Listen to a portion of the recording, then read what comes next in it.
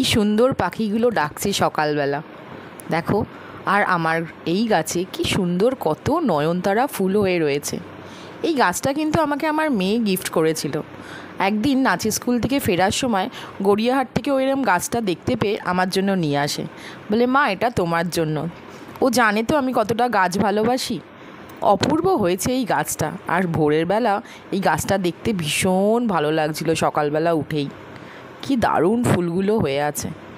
এদিকে দেখো আর একটা নয়নতারা, এটাও কিন্তু সাদা, কিন্তু পুরোপুরি সাদা।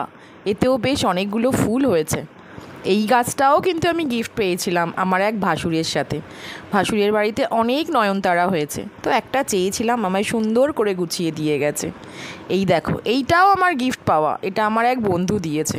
ওকে নয়নতারা চেয়েছিলাম, ওর বাড়ি থেকে এনে দিয়েছিল। বর্ষাতে গাছটা কিন্তু ধরে নিয়েছে। এতেও দেখছি কয়েকটা ফুল হয়েছে। বাহ, খুব সুন্দর লাগছে কিন্তু সকালবেলা।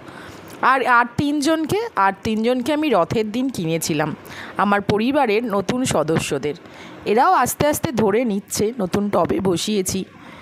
এই নয়নতারার কিন্তু অনেক গুণ আছে জানো তো।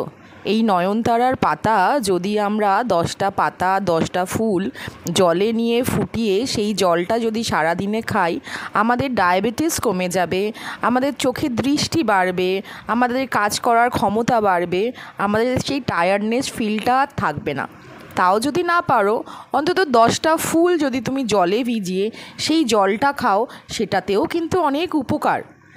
আর নয়নতারার তো অনেক রকম কালার, বাড়িতে সব কটা নিয়ে এসে আমি এনে রেখে দিয়েছি। সব কটা নয়নতারার রং সকালবেলা উঠে ফুটলে কি অপূর্ব লাগে। একটা পিঙ্ক, একটা তোমার দুধে আলতা, আর একটা হালকা পিঙ্ক, আর একটা একটু পেঁয়াজি কালার, সাদা। সব নয়নতারাগুলো যখন একসাথে ফোটে না, অপূর্ব লাগে। এর গুণও তো অনেক।